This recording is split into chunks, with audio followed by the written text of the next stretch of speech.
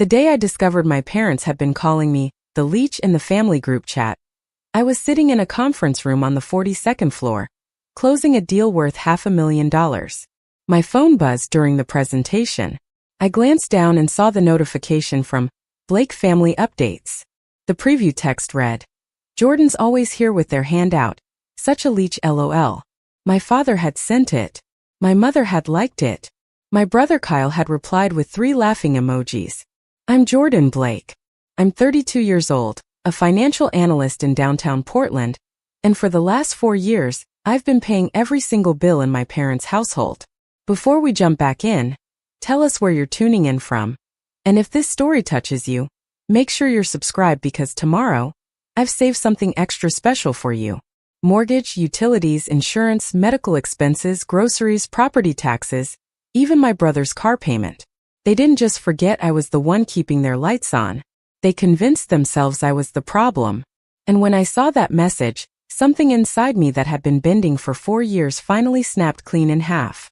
I didn't confront them that day. I didn't send an angry text or demand an apology.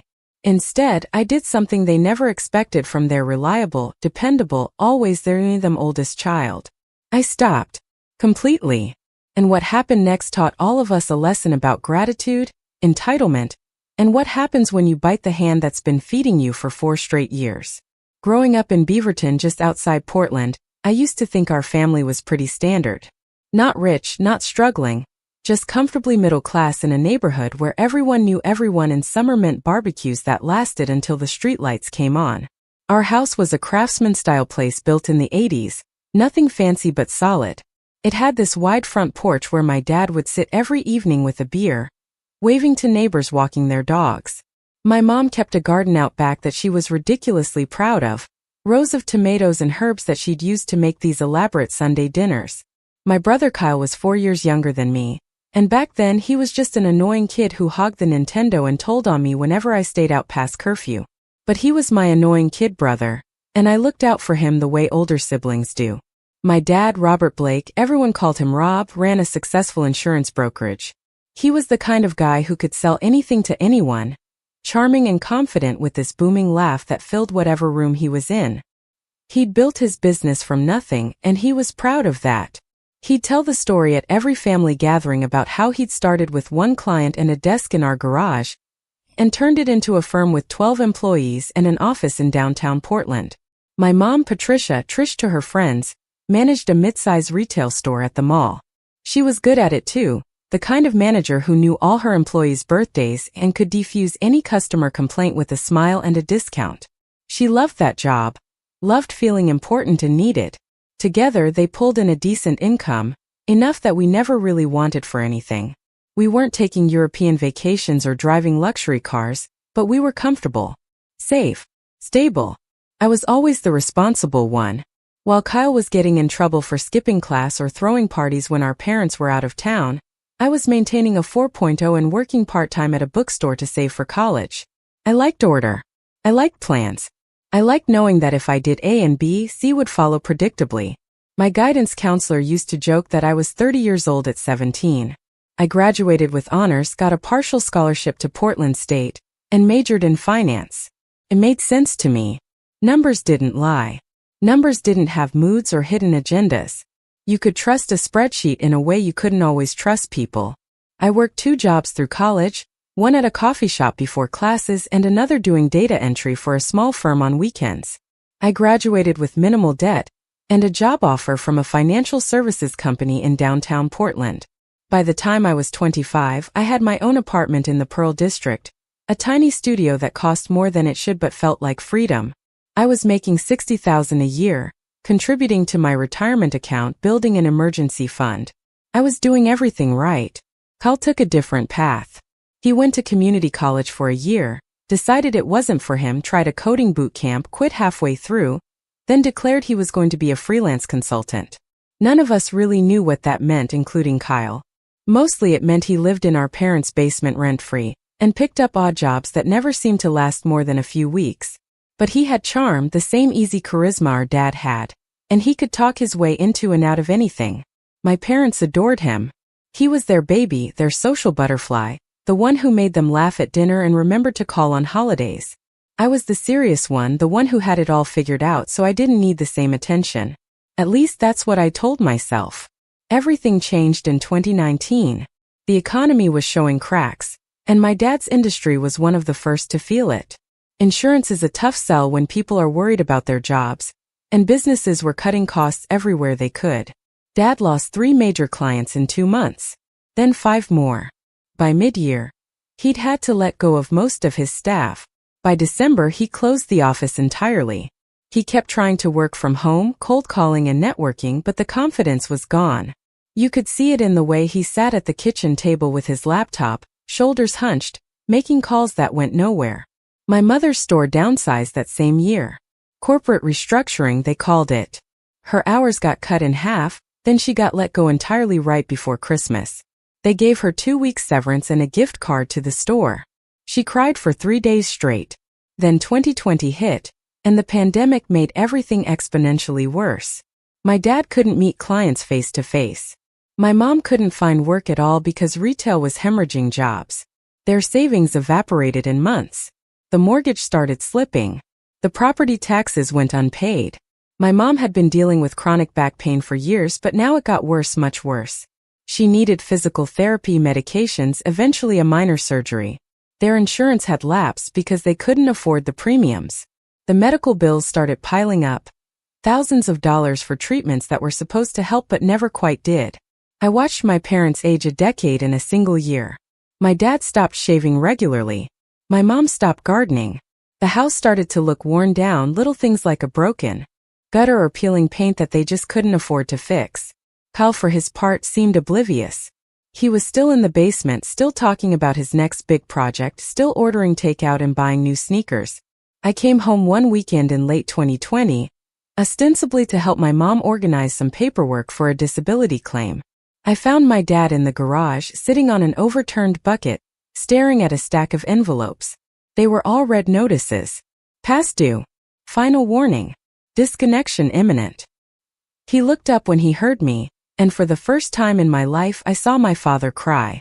Not just tear up, but actually sob, his whole body shaking with it. He tried to apologize, tried to explain, but he could barely get the words out. They were 3 months behind on the mortgage.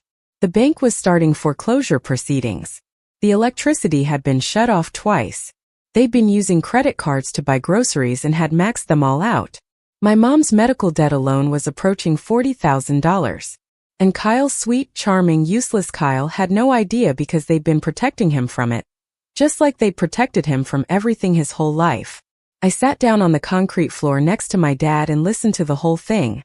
Every missed payment, every desperate attempt to catch up, every humiliating phone call to creditors begging for more time. When he finally finished, he looked at me with this exhausted, pleading expression and said, "I don't know what to do, Jordan. I don't know how to fix this." And without even thinking, without considering what it would mean or what it would cost, I said, "I'll help. I'll figure it out." The relief on his face was immediate and overwhelming. He hugged me so hard I could barely breathe. Kept saying thank you over and over. My mom came out and joined us, and we all just sat there in the garage, holding each other like we were the last solid thing in each other's lives. That night we went through everything. I made a list of every debt, every bill, every expense. The numbers were staggering, but I was making good money by then, close to 6 figures, and I lived modestly. I could do this. I could keep them afloat until they got back on their feet. It was preparing and narrating this story took us a lot of time, so if you are enjoying it, subscribe to our channel. It means a lot to us. Now back to the story. Temporary, I told myself. Just until my dad rebuilt his client base or my mom found a new job. Just until things stabilized. But there was one condition my mother insisted on. Kyle couldn't know. She said it would humiliate him, make him feel like a failure, and he was already struggling with self-esteem after so many of his ventures had fallen through. If he knew I was supporting the family, he'd feel like he should contribute too, and that pressure might break him. She made me promise not to tell him, not to hold it over anyone's head, not to make a big deal out of it. This was just family helping family, she said. We take care of each other. That's what we do. And I believed her. I wanted to believe that this was what family meant, that love was measured in sacrifice, that being the strong one meant carrying weight so others didn't have to. So I agreed. I set up automatic payments for their mortgage. I called the utility companies and caught up their accounts, putting my card on file for future bills. I paid off the property taxes. I started covering my mom's medical expenses directly through the providers. I sent grocery money every week disguised as reimbursement for things they'd supposedly bought for me. I was careful to make it all seem anonymous or incidental, nothing that would make Kyle question where the money was coming from. What started as temporary became permanent. My dad's business never really recovered. He picked up some part-time contract work, enough to make him feel productive but nowhere near enough to live on. My mom got approved for disability, but the monthly amount barely covered her medications. Kyle continued floating through life, occasionally landing a gig that lasted a few weeks before moving on to the next half-baked idea. And I kept paying. Month after month, year after year. The mortgage, $1,200 a month. Utilities, another $300. Internet and phones, $150. Car insurance for 2 vehicles, $200. Health insurance premiums once I got them back on a plan, $800. My mom's prescriptions and copays, another $400 to $600 depending on the month. Groceries, easily $500. Property taxes twice a year, $3,000 each time. Home repairs when things broke, hundreds here and there. And then there was Kyle's car payment, $275 a month for the used sedan they'd co-signed on for him, which of course he couldn't afford to pay himself. It added up to roughly $4,800 a month. $57,600 a year. Over 4 years, I paid out over $230,000. My own life contracted around this obligation. I stopped contributing to my retirement account because I needed the cash flow. I stopped taking vacations. I stopped going out with friends as much because I couldn't afford it. I moved to a cheaper apartment to save on rent. I picked up freelance consulting work on weekends to supplement my income. I watched my savings account, which had once been growing steadily, stagnate and then shrink. I was making $140,000 a year and living like I made 40. But I didn't complain. I didn't ask for recognition. I told myself this was temporary, that eventually things would get better, that my sacrifice meant something. Every few months I'd check in with my parents, gently asking if they'd made any progress on finding more work or cutting expenses. They'd assure me they were trying, that things were tough but they were managing. They were managing because I was paying for everything, but they never quite said that out loud. Kyle, meanwhile, seemed to be thriving in his own delusional way. He upgraded his phone every year. He bought a high-end gaming PC setup for the basement. He went out to bars and restaurants, posted photos on Instagram of craft beer flights and artisan burgers. He talked constantly about his projects, his ideas, his network. He had all the trappings of success with none of the actual work or income to support it. And my parents enabled every bit of it. They praised his creativity, his entrepreneurial spirit, his resilience. When I'd visit for Sunday dinners, the conversation always centered on Kyle. What he was working on, who he'd met, what opportunities were on the horizon. I'd sit there quietly, eating the meal I'd indirectly paid for, listening to them fawn over my brother who contributed nothing. When they asked about my life, it was perfunctory. Work's good. That's great, honey. Still at the same company? Wonderful. And then right back to Kyle. I started to feel invisible. Not just unappreciated but actually unseen, like I was a utility they'd forgotten was even running. You don't think about electricity until it shuts off. You don't think about water until the tap runs dry. I was the infrastructure of their lives, essential but ignored. And the worst part was I'd agreed to it. I'd volunteered for this invisibility by insisting my help remain secret. I'd made myself into a ghost, and now I haunted my own family, watching them live lives I was funding while they looked right through me. The resentment started small, just a tiny seed of bitterness that I could easily dismiss. But over 4 years that seed grew roots. It spread through me slowly, wrapping around my thoughts, coloring every interaction. When my mom complained about money being tight, I'd bite my tongue so hard I'd taste blood. When my dad talked about how hard he was working on his part-time gigs, I'd nod and smile while mentally calculating that his monthly income wouldn't even cover the utilities I was paying. When Kyle showed up to family dinners in $100 sneakers, I'd excuse myself to the bathroom and practice deep breathing exercises to keep from screaming. But I never said anything. Because that was the deal. That was what being the responsible one meant. You shoulder the burden quietly. You don't make people feel bad. You don't create conflict. You just keep going, keep giving, keep sacrificing because that's what good people do. That's what family means. At least that's what I kept telling myself, right up until the moment I saw that message in the group chat and realized my family had created an entirely different narrative. One where I was somehow the villain in a story I'd been writing with my bank account for 4 straight years. The group chat had been created about 2 years into my secret funding operation. My mother had insisted on it, saying it would help us all stay connected, especially during the pandemic when we couldn't see each other as often. She named it Blake Family Updates with a little heart emoji, and at first it was innocuous enough. My dad would send photos of dinners he'd cooked. My mom would share articles about health tips or funny animal videos. Kyle would drop in with memes or screenshots of whatever he was supposedly working on that week. I participated minimally, usually just liking messages or sending the occasional thumbs up. I was busy with work, busy with the freelance projects I'd taken on to supplement my income, busy keeping their entire lives afloat while pretending everything was normal. Looking back now, I can pinpoint exactly when the tone of the chat started to shift. It was subtle at first, easy to miss if you weren't paying close attention, and I wasn't because I was exhausted all the time. It started with little comments about responsibility and work ethic, generic statements that seemed harmless on the surface. My dad would send something like, "Nothing worth having comes easy, you have to work for what you want," with a little flexed muscle emoji.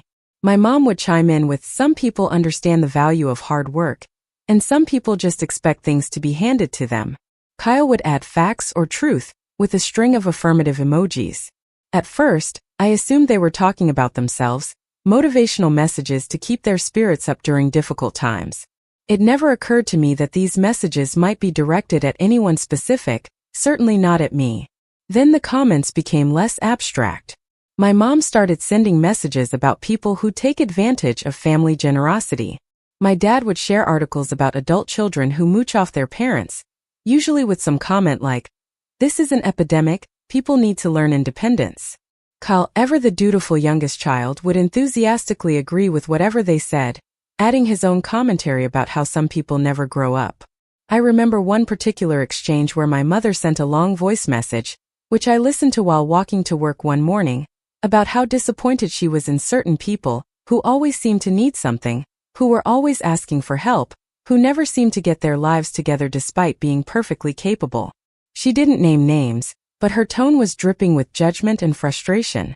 I was baffled. I couldn't figure out who she was talking about. I certainly wasn't asking them for anything.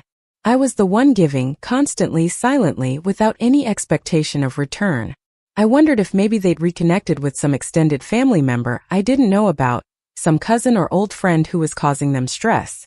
It honestly didn't occur to me, not even for a second, that they might be talking about me. Why would they? I was the one paying their bills. I was the solution to their problems, not the cause of them.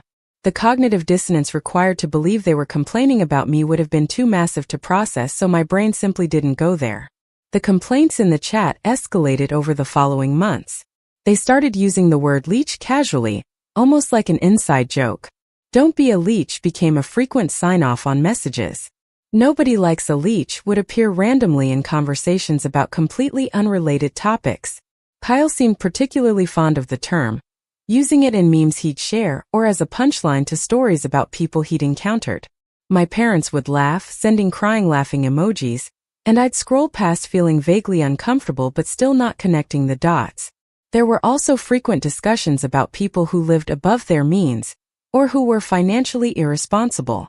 My mother once sent a long text about how she'd seen someone at the grocery store using food stamps while wearing expensive shoes, and how that represented everything wrong with certain people these days. My dad agreed enthusiastically, adding that too many people wanted to look successful without putting in the work to actually be successful. The irony was so thick I could have choked on it, but I still didn't see it. I was too close, too invested in maintaining the fiction we'd all agreed to. The fiction that they were managing fine on their own, that my help was minimal and temporary, that we were all just doing our best in difficult circumstances. I needed to believe that fiction because the alternative, that I was destroying my own financial future to support a family that not only didn't appreciate it but actively resented me, was too painful to contemplate. So I kept scrolling past the messages, kept making the payments, kept showing up for Sunday dinners where the conversation followed the same patterns as the group chat, just slightly more veiled in person. Then came the Thanksgiving disaster. It was 2023, 4 years into my financial support, and my parents had decided to host a big family dinner despite their supposed financial difficulties. I offered to bring dishes to contribute, but my mother insisted she had it covered. She was making a turkey, stuffing, 3 kinds of pie, the works. When I arrived that Thursday afternoon, the house smelled incredible, and the dining room table was set like something out of a magazine. My mother was in her element playing hostess, and my father was outside grilling appetizers on a new barbecue that I definitely didn't remember them having before. Kyle was in the living room with a couple of his friends who'd apparently been invited to join us, all of them drinking expensive craft beers and laughing loudly at something on Kyle's phone. I helped my mom in the kitchen, mashing potatoes and arranging vegetables on serving platters. She was talking nonstop about how wonderful it was to have everyone together, how important family was, how grateful she felt despite the challenges they'd faced. I agreed warmly, genuinely happy to see her in good spirits. Then she said something that made me pause. She mentioned how proud she was that they'd managed to turn things around, that they'd been so close to losing everything but they'd pulled through by being smart and frugal and making tough choices. I looked at her, really looked at her, and realized she believed what she was saying. In her mind, they had turned things around. They had saved themselves. Somehow, my contribution had been erased from the narrative entirely, or maybe it had never been part of the narrative to begin with. Dinner was uncomfortable in ways I couldn't quite articulate. My dad made a toast about resilience and hard work, about how the Blake family doesn't give up when times get tough. Everyone raised their glasses and cheered. I raised mine too, smiling on autopilot while my mind was racing. Kyle told a long story about a consulting project he'd supposedly just landed, something about social media marketing for a startup, and my parents beamed at him like he just announced he'd won the Nobel Prize. One of Kyle's friends asked me what I did, and when I said I was a financial analyst, he made a joke about how I must be rich then, and everyone laughed. Kyle added, "Yeah, Jordan's got it all figured out, living that downtown life," with a tone that somehow managed to be both complimentary and dismissive at the same time. After dinner, I helped clean up while everyone else relaxed in the living room. My mother and I were alone in the kitchen, loading the dishwasher, when she brought up the group chat. She mentioned that she'd been sending some messages about personal responsibility lately, and she hoped I didn't think they were too preachy. She just felt strongly about people needing to stand on their own 2 feet, especially in this economy. I made some non-committal sound of agreement, and she continued, saying that she worried about people my age sometimes, how they seem to struggle with independence, always needing help from their parents, never quite launching successfully into adulthood. The conversation was so bizarre, so disconnected from reality, that I actually wondered if she'd forgotten who she was talking to. I was the independent one. I was the one who'd launched. I was the one helping them, not the other way around. I didn't say anything though. I just kept loading dishes and nodding occasionally while she talked. Part of me wanted to scream, to lay out every bank statement and payment confirmation and show her exactly who was helping whom. But the larger part of me, the part that had been trained for 4 years to stay quiet and keep the peace, won out. I finished cleaning, said my goodbyes, and drove back to my apartment in the rain, feeling more alone than I'd felt in years. That night I couldn't sleep. I kept replaying moments from the day, comments that had seemed off, glances that had felt loaded. I pulled out my phone and scrolled back through months of group chat messages, reading them with fresh eyes, and slowly, horribly, the truth started to crystallize. They weren't talking about some abstract group of irresponsible people. They were talking about me. Every comment about leeches, every complaint about people taking advantage, every smug message about self-sufficiency, it was all directed at me. But how? How could they possibly see me as the one taking advantage when I was the one giving everything? I went through my bank statements, pulling up every payment I'd made to them, or on their behalf over the past 4 years. I created a spreadsheet because that's what I do when I'm trying to make sense of chaos. I categorized everything: mortgage, utilities, medical, automotive, groceries, insurance, property taxes, miscellaneous. I added it all up and stared at the number. $234,872. That's what I'd paid for them over 4 years. My own savings account, which had once held $45,000, now held less than $6,000. My retirement account had barely grown. I was 32 years old and financially behind where I'd been at 28. I sat there in my dark apartment, rain pattering against the windows, and tried to understand how this had happened. How had I become the villain in their story? And then, slowly, pieces started fitting together. They didn't know. They couldn't know because we'd all agreed to keep it secret. But if they didn't know I was paying their bills, then in their perception, what was I doing? I'd visit for Sunday dinners and eat their food.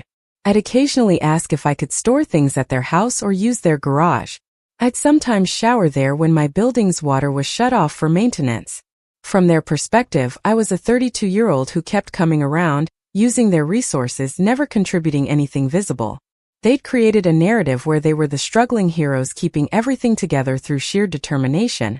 And I was the successful child who should be helping but wasn't, who instead just showed up to take advantage of their hospitality. The realization was devastating.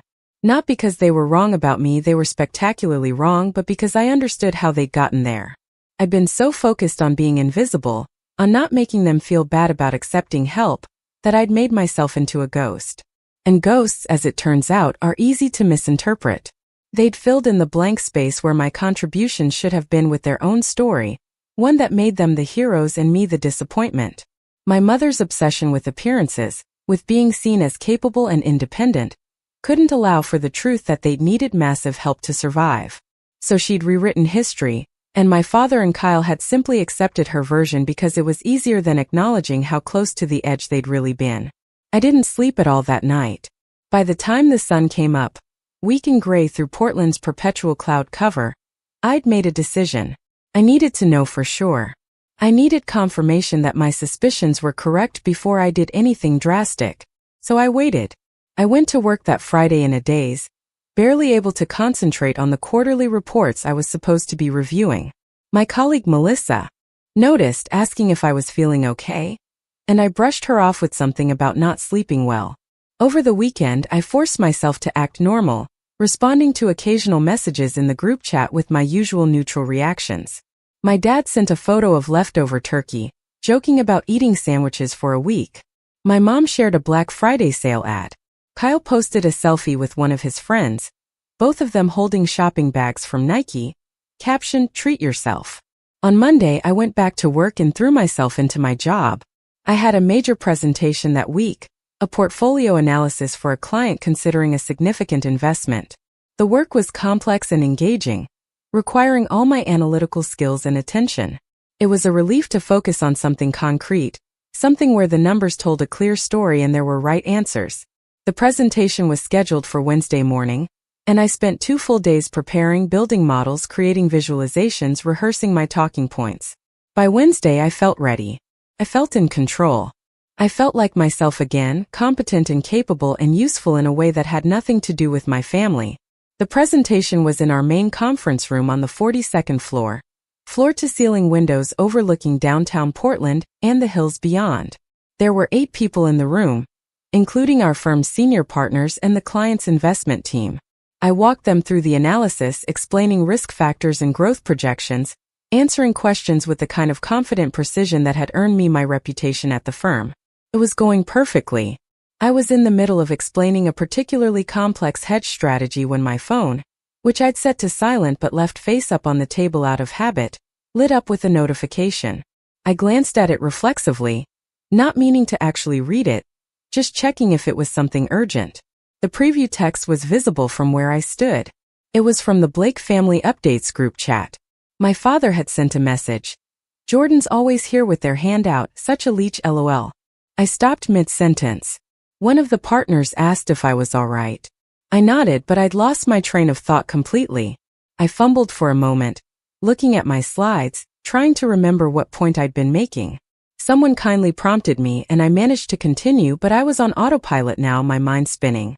I finished the presentation mechanically, answered the remaining questions, and somehow made it through without falling apart. The client seemed satisfied. The partners congratulated me on a job well done. I smiled and thanked them and excused myself as soon as I could, walking stiffly back to my office, I closed the door, sat down at my desk, and opened the group chat on my phone. The message was there exactly as I'd seen it. My father had sent it 20 minutes ago. Jordan's always here with their hand out. Such a leech, lol. My mother had liked it. Kyle had replied with 3 laughing emojis and added, truth, always asking for something. I scrolled up, looking at the context. They'd been discussing dinner plans, talking about maybe doing a Christmas potluck in a few weeks. My mom had mentioned that she'd need to budget carefully. My dad had said something about how some people never learn to live within their means. Then the message about me. I read it again and again, trying to make it make sense. Always here with their hand out. Always asking for something. I tried to think of the last time I'd asked them for anything. Actually asked. I couldn't remember. Maybe I'd asked to borrow a tool from the garage? Maybe I'd asked if they had an extra bag when I brought groceries once? These were the interactions they'd twisted into a narrative of me constantly taking from them. I sat there for I don't know how long, just staring at my phone. Melissa knocked on my door at some point, poking her head in to say the client had officially signed and the partners were thrilled. I must have responded appropriately because she smiled and left, but I have no memory of what I said. All I could think about was the message. The casual cruelty of it. The LOL at the end, like my supposed parasitism was just a funny joke they could all laugh about together. The fact that my mother had liked it, that Kyle had enthusiastically agreed, that this wasn't just one person's momentary frustration but a shared family opinion. This was how they saw me. After 4 years of quietly sacrificing my own financial security to keep them housed and fed and comfortable, they saw me as a leech. Something in me cracked. Not broke, not shattered, just cracked, like ice on a pond when the temperature finally drops enough. And through that crack something cold and clear flowed in. Clarity. For 4 years I'd been operating under a delusion, the delusion that my sacrifice meant something, that it was building goodwill or strengthening bonds or at least keeping my family safe. But it wasn't doing any of those things. It was just enabling them to maintain their comfortable ignorance while I slowly destroyed my own future. They didn't appreciate what I was doing because they didn't even know I was doing it. And whose fault was that? Mine. I'd agreed to the secrecy. I'd volunteered to be invisible. I'd chosen to be the infrastructure instead of a person. But infrastructure can be shut off. And maybe it was time for them to learn what happened when you took essential services for granted. I left work early, something I never did, claiming I wasn't feeling well. I drove home through downtown Portland's rainy streets, past the food carts and boutiques and coffee shops that made up my neighborhood. A neighborhood I loved but could barely afford anymore, because I was funneling all my money to a family that thought I was a joke. When I got to my apartment, I didn't turn on the lights. I just sat on my couch in the gray afternoon darkness and let myself feel everything I'd been suppressing for 4 years. The anger. The hurt. The betrayal. The sheer exhausting weight of being unseen by the people who were supposed to know you best. I cried, something I rarely allowed myself to do, and it felt like draining an infected wound. Painful but necessary. When I was done crying, I opened my laptop. I pulled up my banking portal and my carefully maintained spreadsheet. I looked at every automatic payment I'd set up, every recurring transfer, every saved payee. Mortgage payment to Pacific Northwest Bank, due the 1st of every month.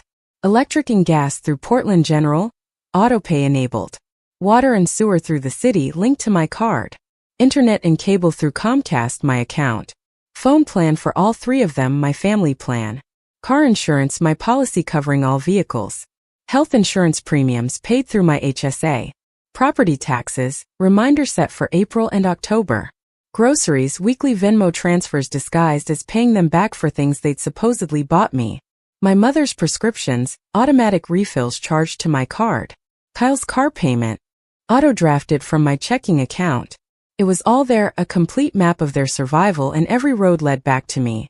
I started making a new spreadsheet. This one wasn't just numbers. This one was a timeline. Every payment I'd made, organized by date and category, with a description of what it was for, and which family member it benefited. I included screenshots of payment confirmations. I linked to bank statements. I was meticulous because precision was my refuge, the thing I could control when everything else felt chaotic. Took hours. By the time I was done, it was dark outside, and my apartment was illuminated only by the blue glow of my laptop screen. The document was 37 pages long. The grand total, including interest I'd lost on savings and retirement contributions I'd missed, was over $250,000. $250,000 over 4 years to support a family that called me a leech in their group chat. I saved the document. I backed it up to 3 different cloud services because losing it wasn't an option. Then I closed my laptop and sat in the dark, listening to the rain and traffic outside. I thought about my parents, about the people they used to be versus who they'd become. I thought about Kyle, about whether he was truly oblivious or willfully ignorant. I thought about myself, about how I'd gotten here, about the choices I'd made and why I'd made them. And I thought about what came next. Because something had to come next. I couldn't just keep going like this, couldn't just pretend I hadn't seen that message, couldn't just continue being the invisible support system for people who viewed me as a burden. The crack in the ice was spreading. Soon the whole surface would give way. And I needed to decide whether I was going to drown or finally learn to swim. I didn't make any decisions that night. I just sat with the weight of what I'd discovered, letting it settle into my bones. The next morning, Thursday, I woke up early despite having barely slept. My mind was already racing before my eyes even opened, running through scenarios and possibilities like a computer program stuck in a loop. I got ready for work mechanically, going through the motions of showering and dressing and making coffee without really being present for any of it. On the train downtown, I stared out the window at the gray Portland morning, at the people hurrying through the rain with their umbrellas and travel mugs, all of them moving through their lives with purpose and direction while I felt completely unmoored. At the office, I couldn't concentrate. I had emails to answer and reports to review, but every time I tried to focus, my mind would drift back to that group chat message. I kept pulling it up on my phone, reading it over and over like maybe the words would change or reveal some hidden meaning I'd missed. They never did. It always said the same thing. My father calling me a leech. My mother agreeing. Kyle piling on. The casual cruelty of it, the thoughtless dismissiveness, felt worse each time I read it. Around mid-morning, Melissa stopped by my desk with coffee. She set a cup down in front of me and perched on the edge of my workspace, studying my face with the kind of concern that meant she'd noticed something was seriously wrong. She asked if I wanted to talk about it. For a moment, I almost said no, almost brushed her off again the way I had the day before. But something in me was so tired of carrying everything alone, so exhausted by the weight of secrets and silence, that I found myself saying yes. We went to one of the small conference rooms, the kind used for private calls, and I closed the door. Then, for the first time in 4 years, I told someone the truth. I told her about my parents' financial collapse, about the agreement to help them secretly, about the years of payments and sacrifice. I told her about the group chat, about the messages calling me a leech, about the casual way my family had decided I was the problem. I showed her the spreadsheet I'd made, all 37 pages of it, and watched her eyes widen as she scrolled through the numbers. When I finished talking, Melissa was quiet for a long moment. Then she said something I didn't expect. She asked why I'd agreed to keep it secret in the first place. What did I get out of the arrangement? I started to answer that I didn't get anything, that it wasn't about getting something, it was about helping family. But she interrupted me gently, pointing out that even altruism has motivations. What had I been hoping would happen? What need was I trying to fill? The questions made me uncomfortable because I didn't have good answers. Or rather, I had answers I didn't want to examine too closely. I wanted to be needed. I wanted to be essential. I'd wanted to prove that I was the good child, the responsible one, the one who could handle anything. I'd wanted my parents' approval and gratitude, even if they couldn't express it directly because they didn't know what I was doing. Melissa listened to all of this and then said something that hit me like cold water. She said it sounded like I'd made a deal with myself where I'd be the hero of the story, and now I was angry that my family wasn't following the script I'd written for them. She wasn't wrong. I had written a script, one where I sacrificed silently and they eventually realized what I'd done, and were overcome with gratitude and love. One where my nobility redeemed their struggles and brought us all closer together. But that wasn't what had happened. Instead, they'd written their own script, one where I wasn't even a supporting character, just an occasional inconvenience. The collision of these two narratives, mine and theirs, had created the mess I was now sitting in. We talked for over an hour. Melissa asked practical questions that I hadn't let myself consider. What did I want to happen now? Did I want to confront them? Did I want to stop paying? Did I want an apology? Did I want recognition? What would actually make this right for me? I realized I didn't know. I'd been so focused on the injustice of being called a leech while paying for their lives that I hadn't thought through what resolution would even look like.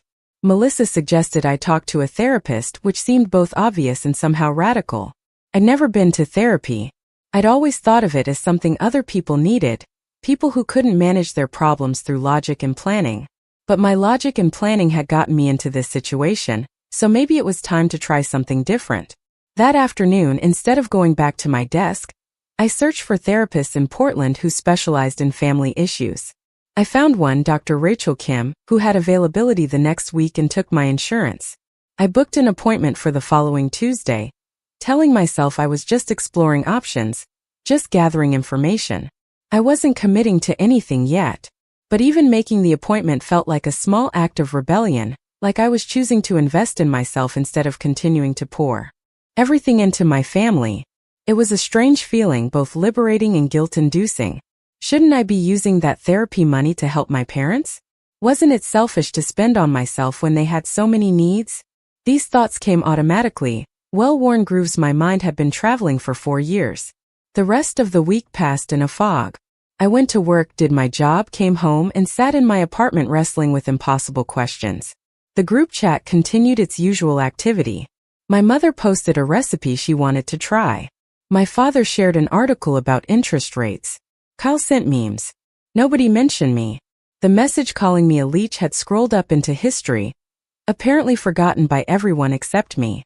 I didn't respond to anything in the chat. My silence went unnoticed. That felt significant somehow, proof that my participation had never really mattered.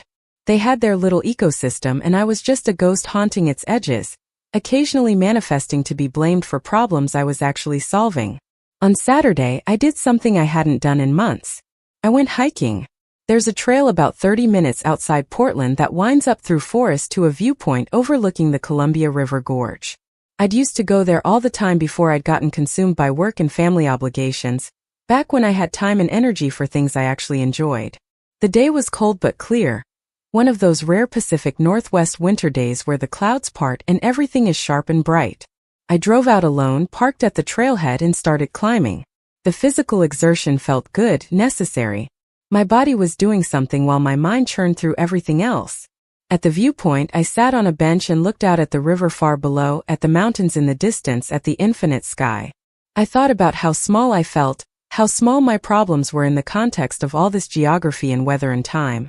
But then I thought about how that logic could be used to dismiss anything, any hurt or injustice, because there was always something bigger to compare it to. My problems were small compared to the mountains, but they weren't small to me. They were my life. They were my savings account and my retirement and my future. They were my family relationships and my sense of self-worth and my understanding of what love was supposed to mean. Those things mattered, regardless of how they measured against the Columbia River Gorge. I pulled out my phone, intending to take a photo of the view, and saw new messages in the family chat. Kyle had sent a long paragraph about a new business idea, something involving cryptocurrency and social media influencers. My father had responded enthusiastically, saying it sounded promising. My mother had sent 3 heart emojis. It was so perfectly typical of our dynamic. Kyle's half-baked schemes met with unconditional support, while my actual stable career and genuine contributions went unacknowledged. I put my phone away without responding and sat there until my fingers went numb from the cold. When I finally hiked back down, I felt something I hadn't felt in a long time. I felt angry. Not the dull resentment I'd been carrying, but actual clean, sharp anger. They had no right. No right to my money, no right to my sacrifice, and certainly no right to call me a leech while they lived off my labor. By the time I got home, the anger had crystallized into something more focused. Determination. I spent Sunday researching. I looked up tenant rights and mortgage obligations. I reviewed the legal relationship between adult children and parents. I confirmed what I already suspected. I had no legal obligation to support them. Every payment I'd made had been voluntary. I could stop at any time without legal consequences. The mortgage was in their names only. The utilities were their accounts, even though my card was on file for payment. The car loan was co-signed by them and Kyle. I was attached to all of it by choice, not by law. That meant I could detach cleanly and completely whenever I decided to. I made lists because lists made me feel in control. One list was all the automatic payments I'd set up, with notes on how to cancel each one. Another list was all the accounts where my information was saved, with steps for removing it. A third list was all the documentation I'd need to gather to prove what I'd been paying, in case anyone questioned it later. I didn't know yet if I was actually going to do this to cut them off completely, but I wanted to know how. I wanted to understand the mechanics of walking away. There was something empowering about realizing it was even possible. For 4 years I'd felt trapped by obligation and love and family loyalty. But I wasn't trapped. I'd built my own cage and I could dismantle it just as deliberately as I'd constructed it. On Tuesday, I went to my first therapy appointment. Dr. Kim's office was in a quiet building in Northwest Portland, all calm colors and soft lighting designed to make people feel safe enough to fall apart. She was younger than I expected, maybe 40, with a direct way of speaking that I appreciated. She didn't waste time on small talk. She asked why I was there and I told her, laying out the whole situation as clearly as I could. She listened without interrupting, taking occasional notes, her expression neutral but attentive. When I finished, she asked me one question. What did I think I deserved from my family? The question stopped me cold. I'd been so focused on what they deserved, what they needed, what they expected, that I'd never considered what I deserved. I started to say something vague about respect and appreciation, but she pushed me to be specific. Did I deserve to be thanked? Did I deserve to have my contributions acknowledged? Did I deserve to be included in family decisions about money? Did I deserve to be treated as a valued member of the family, rather than a convenient resource? Yes, I said to all of it. Yes, I deserved those things. Saying it out loud felt dangerous and thrilling, like admitting to something shameful. Dr. Kim asked what I was getting instead. I told her about the group chat, about the Leech comments, about the complete lack of awareness or gratitude. She asked how that made me feel and I said angry, hurt, invisible, used. She nodded and wrote something down. Then she asked the harder question. Why was I continuing to give to people who made me feel that way? What was I getting out of it? I gave her the same answers I'd given Melissa, about being needed and proving myself and fulfilling family obligations. Dr. Kim listened and then offered a different framework. She suggested that I might be afraid of what would happen if I stopped. Not afraid of their practical consequences, but afraid of what it would mean about me if I let my family struggle. Afraid of being the kind of person who abandons family when they need help. Afraid of the guilt and the judgment and the possibility that I really was selfish for wanting recognition. She was right. Underneath all my anger and hurt was fear. Fear that if I stopped paying, I'd be proving them right somehow, proving that I was the bad child they decided I was. Fear that I'd lose them entirely, that the fragile connection we still had would dissolve if I removed the financial support holding it together. Fear that I'd regret it, that some emergency would happen and I'd have to live with knowing I could have prevented it but chose not to. Dr. Kim asked if those fears were based in reality or in old stories I'd been telling myself about what it meant to be a good person, a good child, a good family member. I didn't have an answer. She gave me homework, to write down all the rules I'd been following about family obligation, and to examine where each rule came from and whether I actually believed it or just thought I was supposed to. I left that appointment feeling raw and exhausted but also strangely lighter, like I'd set down a weight I'd been carrying for so long I'd forgotten it was there. Over the next few days I did the homework. I filled pages with rules. Family comes first. You help your parents no matter what. Asking for recognition is selfish. Money shouldn't matter between family members. The oldest child has extra responsibility. You don't give up on people you love. If you can help, you should. Love means sacrifice. Some of these rules came from my parents, lessons absorbed through years of observation and direct teaching. Some came from broader cultural messages about family and duty. Some I'd apparently made up myself, internalizing expectations that nobody had actually stated out loud. The exercise of writing them all down and examining them was revelatory. Many of the rules contradicted each other. Some of them I didn't actually believe when I looked at them directly. And almost all of them were one-directional, demanding things from me without acknowledging what I should receive in return. There was no rule about parents respecting their adult children. No rule about family members being honest with each other. No rule about gratitude or reciprocity or basic acknowledgement. The whole system was designed to extract and extract and extract with nothing flowing back.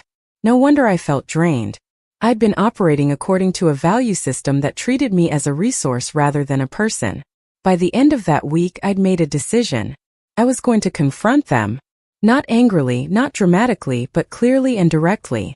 I was going to tell them what I'd been doing for the last 4 years. I was going to show them the spreadsheet and the payment records.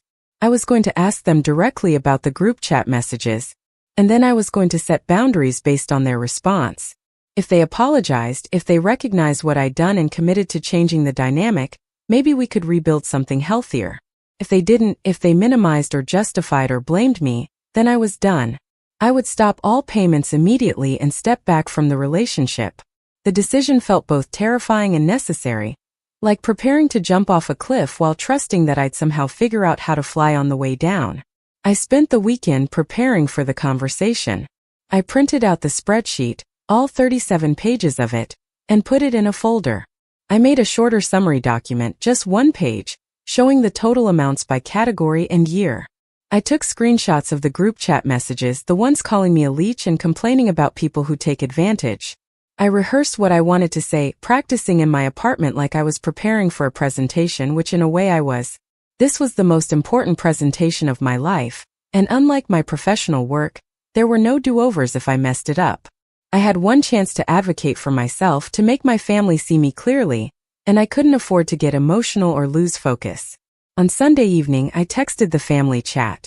I said I needed to talk to everyone together, that it was important, and could we meet at their house the next day after I got off work. My mother responded immediately, asking if everything was okay, her message full of concern that felt ironic given the circumstances. I said everything was fine, I just needed to discuss something in person. My father said they'd be home after 5. Kyle sent a thumbs up. I confirmed I'd be there at 5:30, giving myself time to drive from my office and compose myself. Then I put my phone down and tried to distract myself with anything that would keep me from spiraling into anxiety about what was coming. Monday at work was interminable. Every hour felt like 3. I kept checking the clock, watching it crawl toward 5. Melissa stopped by my desk around lunch and asked if I was doing okay. I told her about the planned confrontation and she looked worried but supportive. She made me promise to text her afterward, to let her know I was all right. I appreciated the concern more than I could articulate. It reminded me that I had people in my life who saw me clearly, who valued me, who didn't take me for granted. My family's opinion of me wasn't the only opinion that mattered. I'd just been acting like it was for far too long. At 4:30, I left the office. I sat in my car in the parking garage for 10 minutes, breathing deeply, centering myself. I reviewed my main points one more time. I was not there to accuse or attack. I was there to inform and clarify. I was there to advocate for myself calmly and clearly. I was there to set boundaries and enforce consequences if those boundaries weren't respected. I could do this. I had facts and documentation. I had every right to stand up for myself. The scared voice in my head that said I was being dramatic or selfish or cruel was wrong. That voice had kept me silent for 4 years, and look where that had gotten me. I drove to their house through early evening traffic, the sky already dark because it was December and Portland winters were dim. When I pulled up to their house, every light was on inside, warm and golden against the cold night. For a moment, sitting in my car looking at that house, at the home I'd kept standing through sheer force of will and financial sacrifice, I felt a wave of sadness. This was my family. These were people I loved. And I was about to blow up whatever fragile peace we'd maintained. But that peace was built on lies and silence, on me erasing myself to make them comfortable. It wasn't real peace. It was just the absence of honest conflict. And if we couldn't survive honesty, then maybe we didn't deserve to survive at all. I gathered my folder of documents, took one more deep breath and got out of the car. The rain had started again, light and cold. I walked up to the front door, the same door I'd walked through 1,000 times, and knocked instead of just walking in. My mother answered, smiling, asking why I was knocking like a stranger. I smiled back and said I didn't know, just felt right. She ushered me inside, taking my coat, asking if I wanted coffee or tea. I said no thank you, I was fine. My father was in the living room, sitting in his usual chair. Kyle was sprawled on the couch, phone in hand, barely looking up when I entered. My mother settled into her spot on the love seat and looked at me expectantly. So what's this all about, honey? She was still smiling, curious and unconcerned. I sat down in the chair across from her, set my folder on the coffee table, and began. I said I needed to tell them something I should have told them a long time ago, and I needed them to listen without interrupting until I was done. My father frowned slightly, the first hint that this wasn't going to be a casual conversation. My mother's smile faded. Kyle finally put his phone down, and I started talking. I told them everything. I started at the beginning, with that day in the garage 4 years ago when I'd found my father crying over bills he couldn't pay. I described the agreement we'd made, the promise to help secretly so that Kyle wouldn't feel pressured or embarrassed. I walked through the progression of my support, how it had expanded from a few payments to covering essentially every major expense in their lives. I kept my voice steady and factual, treating it like a work presentation, because emotion would only derail what needed to be a clear transmission of information. My mother's face went pale about 3 minutes in. My father had gone very still, his hands gripping the armrests of his chair. Kyle sat up straight, his expression shifting from confused to something I couldn't quite read. I opened the folder and pulled out the one-page summary. I passed copies to each of them. Mortgage payments over 4 years, $57,600. Utilities including electric, gas, water, internet and phones, $14,400. Property taxes, $24,000.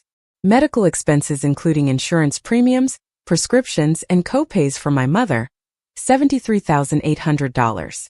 Groceries and household supplies, $24,000. Car insurance for 2 vehicles, $9,600. Kyle's car payment, $13,200. Miscellaneous expenses including home repairs, clothing and various other needs, $18,272. Grand total, $234,872. The silence that followed was absolute. I could hear the rain against the windows, the hum of the refrigerator in the kitchen, the sound of my own breathing. Nobody moved. My mother was staring at the paper in her hand like it was written in a foreign language. My father's face had gone from pale to red, that particular shade that meant he was experiencing some powerful emotion he didn't know how to express. Kyle was looking between the paper and me, his mouth slightly open. I let the silence sit for a moment, let the numbers sink in. Then I continued. I explained how I'd structured the payments to be invisible, how I'd worked extra freelance jobs to maintain the cash flow, how I depleted my own savings and stopped contributing to my retirement.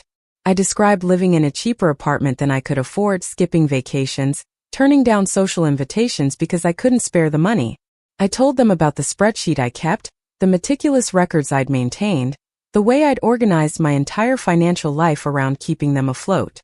I was still calm, still measured, but I could feel emotion building in my chest like water behind a dam. Not yet, I told myself. Get through the facts first. My mother was the first to speak. Her voice came out strangled and small. Jordan, I had no idea. I thought you were doing fine, that you were just living your life. I nodded. I know you didn't know. That was the agreement.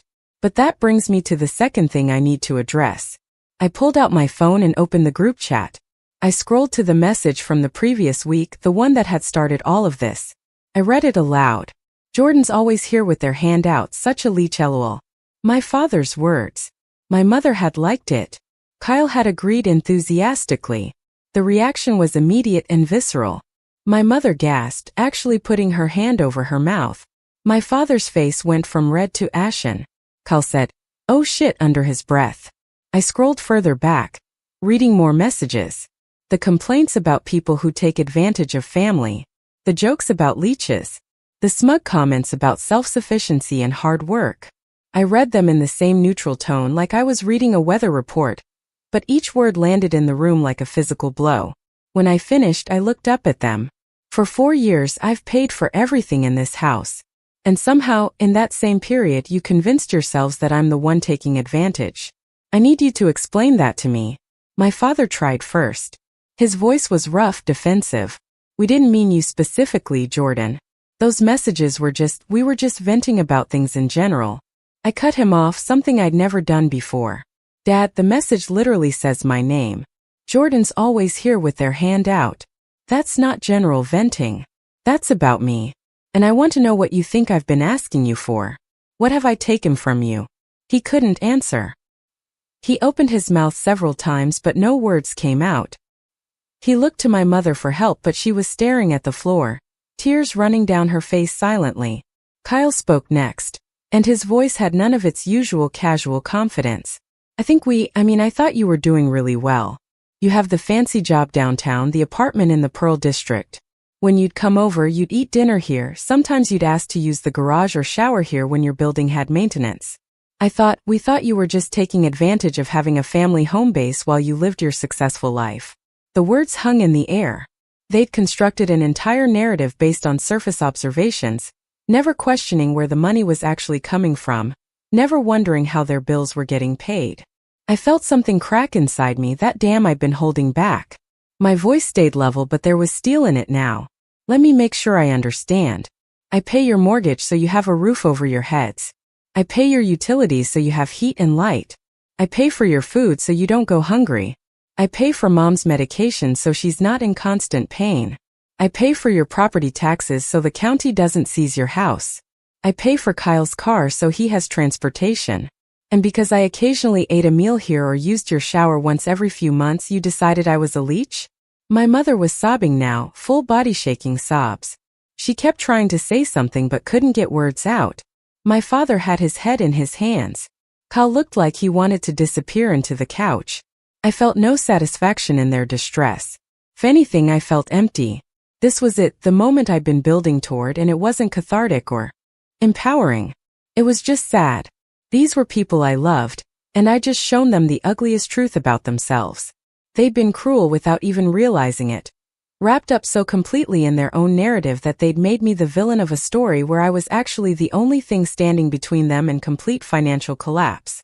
My father finally looked up. His eyes were wet. Jordan, there's no excuse. We've been unconscionably blind. I thought I was holding things together with my part-time work. I thought we were managing. I had no idea you were carrying all of this. The pain in his voice was real, and part of me wanted to comfort him, to tell him it was okay, to fall back into the pattern of making everyone else feel better at my own expense. But I held firm. That's not quite accurate, Dad. You did know at the beginning. You knew when you asked me to help 4 years ago. You just stopped thinking about it. It became so normal, so expected, that it became invisible.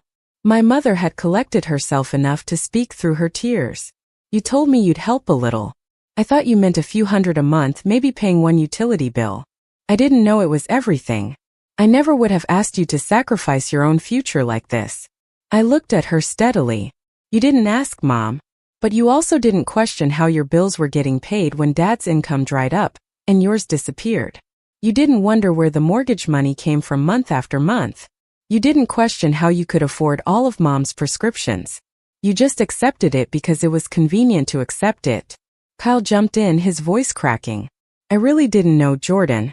I swear I didn't know you were paying for my car. If I'd known, I would have done something different. I turned to him, my younger brother, 28 years old and still living in his parents' basement while I paid his car note. Would you have, Kyle? Would you have gotten a real job? Would you have contributed to the household? Or would you have just felt guilty while continuing to do exactly what you've been doing? He didn't answer because we both knew the truth. I took a breath and moved to the final part of what I needed to say. I'm stopping all payments immediately. I've already gone through my bank accounts and canceled every automatic payment, every scheduled transfer, every saved payment method. As of tonight, you're on your own financially. The statement landed like a bomb. My mother made a sound like she'd been physically struck. My father's expression shifted through several emotions rapidly, shock and fear and something that might have been anger. Kyle just stared at me. But I wasn't done. I continued, explaining what this meant practically. The mortgage payment was due in a week. They'd need to figure out how to cover it or contact the bank about modification options. The utility bills would start arriving in their names with their own payment responsibility. My mother's prescriptions would need to be paid out of pocket or through whatever insurance they could secure. Kyle's car payment was his problem now. I wasn't being cruel, I explained. I was establishing basic adult expectations. They were responsible for their own lives, their own choices, their own finances. I'd been shielding them from reality for 4 years, and that had helped no one. My father found his voice, and there was an edge of desperation in it. Jordan, please, you can't just cut us off like this. We'll lose the house. We'll lose everything. I felt that old familiar pull, the instinct to fix and rescue and take care of them. But I'd done my therapy homework. I knew where that instinct came from, and I knew it wasn't serving me. You might lose the house, I acknowledged. That's a real possibility. But it's your house, Dad. It's your responsibility. And you have options. You can sell it and downsize. You can find renters for part of it. You can both find full-time work. Kyle can contribute to household expenses. You can apply for assistance programs. You can make hard choices. Those were always the options. I just let you avoid them for 4 years. My mother was shaking her head frantically. But what about my medications? What about my health? I can't just stop my treatments. I felt the guilt knife twist, but I kept my voice firm. You'll need to work with your doctors on payment plans, apply for pharmaceutical assistance programs, look into generic alternatives. There are options, Mom. They're not easy options, but they exist. What's not an option anymore is me funding your entire life while you call me a leech behind my back. The harshness of the final statement was intentional. They needed to understand that this wasn't just about money. It was about respect, about basic human decency, about the fact that you don't get to benefit from someone's sacrifice while simultaneously mocking them for it. Kyle tried a different approach, his voice small. What can we do to fix this? What do you want from us? I almost laughed at the question. What did I want? I wanted 4 years back. I wanted the savings I'd depleted. I wanted the retirement contributions I'd missed. I wanted the experiences I'd skipped. I wanted a family that saw me clearly and valued me appropriately. But none of that was possible now. So I told him what I actually wanted, the only thing that was still achievable. I want you to stand on your own. I want you to figure out how to be adults without me propping you up. And I want you to understand that you're not entitled to my money, my time, or my sacrifice just because we're related. My father tried one more time. What if we apologize? What if we acknowledge what you've done and commit to doing better? Would you reconsider? I'd anticipated this question. It was the one that would be hardest to answer because part of me desperately wanted to believe that an apology could fix this, that recognition could make the last 4 years meaningful. But I'd learned something through all of this.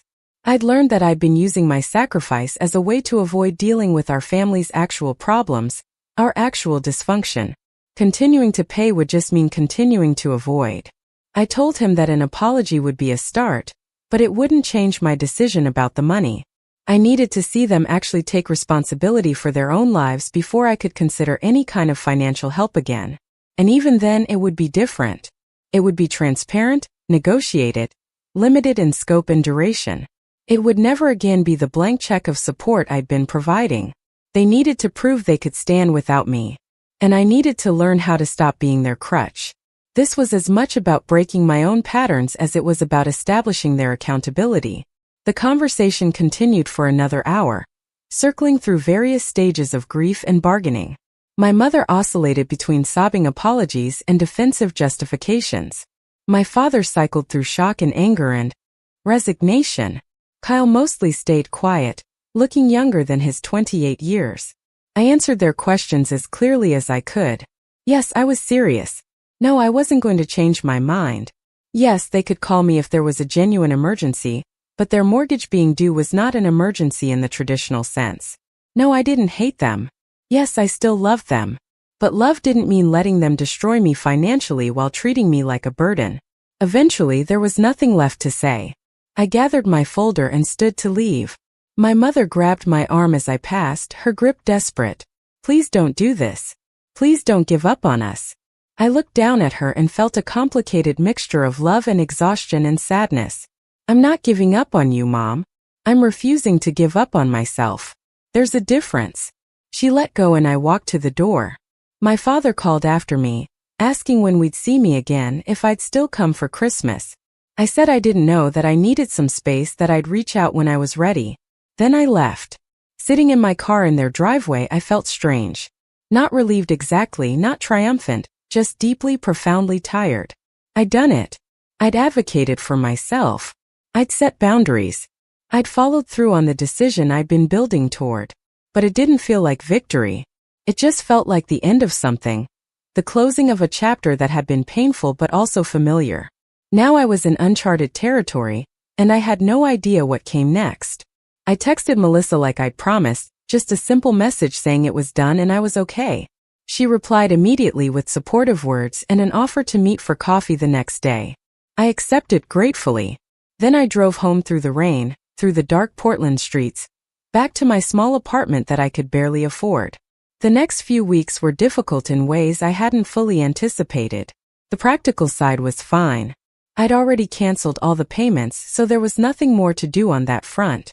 My bank balance stopped hemorrhaging and actually started growing again, which was surreal after 4 years of constant depletion.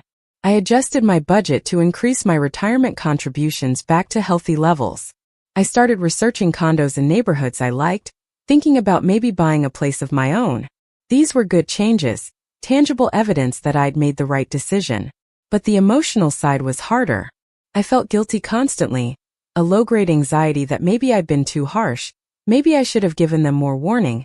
Maybe they were truly suffering and it was my fault. My therapist, Dr. Kim, helped me work through these feelings in our sessions.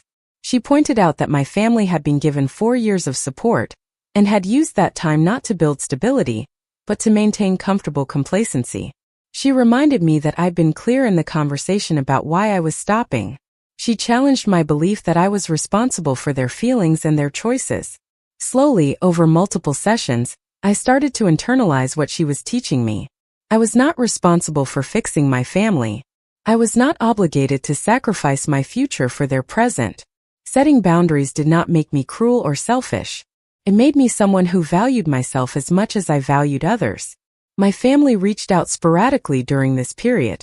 My mother sent long text messages that alternated between apologies and guilt trips. My father called a few times, leaving voicemails that ranged from contrite to frustrated. Kyle sent occasional memes with no comment, his way of testing if we were still in contact. I responded minimally, brief acknowledgments that I'd received their messages, but wasn't ready for extended conversation. I wasn't punishing them despite what they might have thought. I genuinely needed space to rebuild my sense of self outside of my role as their financial support system. About 6 weeks after the confrontation, my mother called from a number I didn't recognize. When I answered, her voice was different, calmer, less frantic. She asked if we could meet for coffee, just the two of us, no agenda. I was hesitant, but something in her tone made me say yes. We met at a small cafe in Southeast Portland, neutral territory far from either of our homes. When I arrived, she was already there, looking older and thinner than I remembered. She brought a folder of her own, which made me nervous. But when she opened it, it wasn't accusations or demands. It was paperwork showing that she'd applied for pharmaceutical assistance programs and had gotten several of her medications covered. She'd also found a part-time position at a local library, just 15 hours a week, but it was something. She showed me the acceptance letter with tentative pride. My father had apparently taken a second part-time job doing consulting work for his old industry contacts, she told me. Between his 2 jobs, he was making enough to cover about half their expenses. They'd listed the house with a realtor and gotten an offer for more than they expected. They were planning to take the equity and move into a modest apartment, something they could actually afford. Kyle had found a job, a real one with a regular paycheck, doing tech support for a software company. He was moving into a shared apartment with 2 roommates. It wasn't glamorous, but it was forward motion. She told me all of this without asking for anything, without expecting praise or forgiveness. She just wanted me to know that they were doing what I'd asked, standing on their own feet. Then she apologized, really apologized, not for the situation in general but for specific things. For the group chat messages. For taking my support for granted. For creating a narrative where I was the problem instead of the solution. For not seeing me clearly. For failing me as a parent. Her apology was specific and accountable, and I could tell she'd been thinking about this deeply, maybe working through it with her own therapist. I listened and felt some of the hardness in my chest start to soften. I didn't immediately say everything was forgiven or rush to restore our relationship to what it had been. But I thanked her for the apology and acknowledged that I could see the effort she was making. We talked for over an hour about everything that had happened, about the family dynamics that had led to this crisis, about the ways we'd all failed each other. It wasn't comfortable conversation, but it was real in a way our family conversations had never been. When we parted, she hugged me carefully, like she wasn't sure she had permission, and I hugged her back. It wasn't resolution, but it was a beginning. Over the following months, I slowly rebuilt relationships with my family members on new terms. I met my father for lunch occasionally, conversations where we talked about his work and his plans without any mention of money. I went to see Kyle's new apartment and felt proud of him for taking this step toward independence, even if it was years later than it should have been. My mother and I established a weekly phone call, brief check-ins where we talked about our lives without the weight of financial obligation hanging over every word. It wasn't the family I'd had before, but it was better because it was honest. We were relating to each other as people rather than as roles in a dysfunctional system. I also rebuilt my own life in ways I'd neglected for years. I bought a small condo in a neighborhood I loved, a place with windows facing west toward the mountains. I took a long weekend trip to the coast, just me and a stack of books, the first vacation I'd taken in years.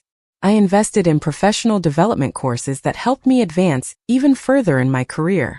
I started dating again, something I put on hold because I hadn't had the emotional energy or financial freedom for a relationship. I joined a hiking group and made new friends who knew nothing about my family drama, who just saw me as Jordan the person rather than Jordan the family ATM. A year after the confrontation, my family threw a small gathering to celebrate my father's 65th birthday. It was at my parents' new apartment, a 2-bedroom place that was clean and manageable, and actually within their budget. Kyle brought his girlfriend, someone he'd met at his job who seemed smart and grounded. My mother had cooked a simple meal that didn't try to be more than it was. We ate and talked and laughed, and something about it felt fundamentally different from the dinners we'd had before. There was no undercurrent of tension, no unspoken resentment, no sense that some people were carrying weight others couldn't see. We were just a family, flawed and imperfect but trying. Toward the end of the evening, my father asked to speak to me privately. We went out onto the apartment's small balcony, and he told me that the sale of the house had gone through and they'd paid off all their debts. They were starting fresh with no mortgage, no credit card balances, no outstanding medical bills. He'd put some of the remaining equity into a retirement account and some into an emergency fund. He said he wanted me to know that they were stable now, that they'd learned to live within their means, and that they'd never again take my help for granted because they weren't going to need it. He thanked me for forcing them to grow up, even though it had been painful. Then he said something that surprised me. He said he was proud of me for standing up for myself, that it had taken courage he wasn't sure he would have had in my position. I realized standing there on that balcony, looking out at the Portland skyline lit up against the night sky, that I'd been waiting for 4 years to hear my father say he was proud of me. I thought I needed to earn it through sacrifice and support and silent suffering. But the moment I actually heard those words, they came not because of what I'd given but because of what I'd finally refused to give.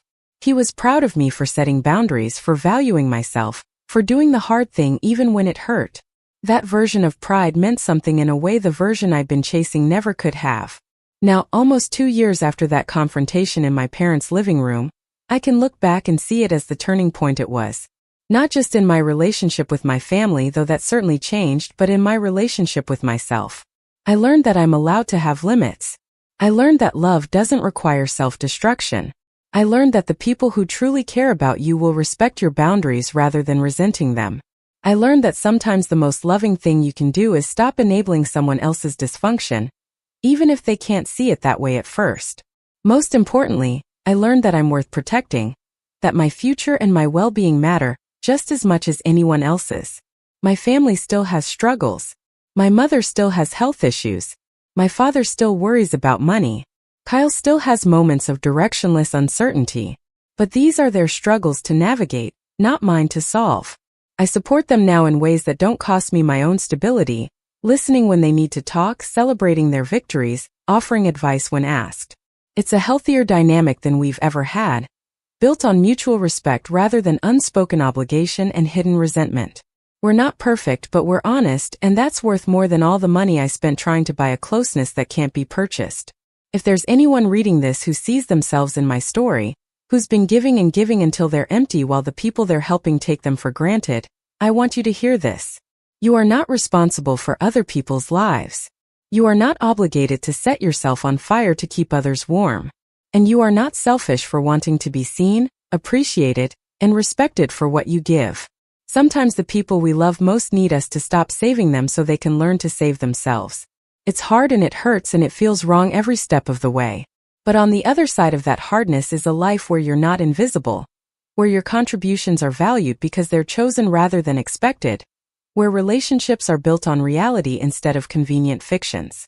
I still have the spreadsheet, all 37 pages documenting 4 years of silent sacrifice. I don't look at it often, but I keep it as a reminder. Not a reminder of what they took from me, but a reminder of what I was willing to give up for people who couldn't even see me clearly.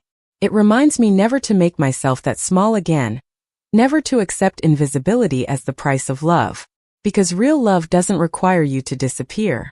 Real love sees you, values you, and meets you halfway. And anything less than that isn't love at all, no matter what name you give it. The Blake family is okay now. We're not the family we were, but we're the family we needed to become. And I'm okay too, maybe for the first time in years.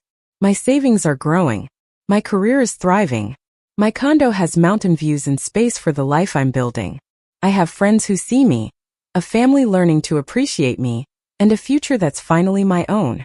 It took burning everything down to build something real, but standing in the ashes I can finally breathe. And that breath, that freedom, was worth every difficult moment it took to claim it. The email arrived on a Tuesday morning in late spring, almost 3 years after the night I'd walked out of my parents' house with a folder full of receipts and a heart full of resolution. I was at my desk in the downtown office, reviewing quarterly projections for a client portfolio, when the notification popped up on my screen. The subject line read, "Family Reunion Planning," and the sender was my mother. I hesitated before opening it, that old familiar wariness rising up even though our relationship had improved considerably. Old habits die hard, and part of me was still conditioned to expect requests wrapped in casual language, obligations disguised as invitations. But when I opened the email, it wasn't what I expected. My mother was writing to let me know that she and my father wanted to host a small gathering at their apartment in July to celebrate what she called new beginnings. She listed the reasons. My father was officially retiring from all work, having built up enough in Social Security and their modest savings to live comfortably. My mother had been promoted to full-time at the library and was loving the work. Kyle had gotten engaged to his girlfriend Rebecca, and they wanted to announce it to the family properly. And I had recently been promoted to senior analyst at my firm, an achievement my mother said she wanted to celebrate properly. The email was warm but not effusive, specific but not demanding. She ended it by saying that if I was too busy or preferred not to come, she'd understand completely, but that she hoped I'd be there. I read the email 3 times, looking for hidden expectations or subtle manipulations, but found none. It was just an invitation, cleanly offered with a genuine exit ramp if I needed it. I realized that this itself was growth, evidence of how much had changed. 3 years ago, any family gathering would have come with assumed attendance and implied obligation. Now my mother was acknowledging that I had the right to choose, that my time and presence were gifts rather than debts. I responded that I'd be there, and I'd bring dessert. She replied with a simple smiley face emoji and a thank you. The exchange was so normal, so functional, that it almost felt revolutionary. The weeks leading up to the gathering, I found myself reflecting on the journey that had brought us here. My therapy sessions with Dr. Kim had tapered off to monthly check-ins, then quarterly, and finally to an as-needed basis. I'd done the work of examining my patterns, understanding my motivations, and rebuilding my sense of self outside the role of family caretaker. The process had been harder than I'd anticipated, full of setbacks and moments where I'd questioned everything. There were nights when the guilt had been so overwhelming I'd almost called my parents to offer help with something, anything, just to ease the discomfort of watching them struggle. But I'd learned to sit with that discomfort, to recognize it as an old pattern trying to reassert itself rather than as truth about what I owed. Dr. Kim had helped me understand something crucial during one of our sessions about a year into the process. She'd pointed out that my family's crisis hadn't been a crisis at all in the traditional sense. They hadn't been facing homelessness or starvation or medical emergencies that would have been catastrophic without intervention. They'd been facing the natural consequences of living beyond their means, of making choices without considering sustainability, of expecting someone else to handle the hard parts. My intervention hadn't saved them from disaster, she'd said. It had prevented them from experiencing the feedback that would have prompted change years earlier. I'd been buffering them from reality, and reality is often the only teacher that actually changes behavior. That realization had been both liberating and painful. Liberating because it meant I hadn't been cruel or neglectful in stepping back. Painful because it meant I'd wasted 4 years and over $200,000 on something that had ultimately hurt everyone involved, including the people I'd been trying to help. But Dr. Kim had reframed that too, pointing out that those 4 years had taught me lessons about boundaries and self-worth that I might never have learned otherwise. Sometimes, she'd said, we have to learn what doesn't work before we can figure out what does. My family had been my education in how not to love people. Now I was learning how to love them in ways that were actually sustainable. My career had flourished in the years since I'd stopped funneling every spare dollar into my family's expenses. With my finances stabilized, I'd been able to take professional development courses that had positioned me for advancement. The promotion to senior analyst had come with a significant raise and more autonomy over my projects. I was now mentoring junior analysts, teaching them the same rigorous analytical approach that had served me well. There was a certain irony in the fact that I'd become better at my job once I'd stopped treating my family's finances as a project I could solve through sheer force of will and spreadsheet management. I'd also finally started building the life I'd always claimed I wanted but never prioritized. The condo I'd bought was small but mine. A one-bedroom place in the Hawthorne district with hardwood floors and big windows that let in the filtered green light that makes Portland feel like living inside a forest. I'd furnished it slowly and intentionally, choosing pieces I actually liked rather than whatever was cheapest or most practical. My living room had a comfortable couch, a coffee table made from reclaimed wood, and shelves full of books I'd actually read rather than just displayed. The kitchen had real cooking equipment because I'd started experimenting with recipes, finding unexpected joy in the meditative process of chopping vegetables and watching ingredients transform. The hiking group I joined had become a consistent part of my social life.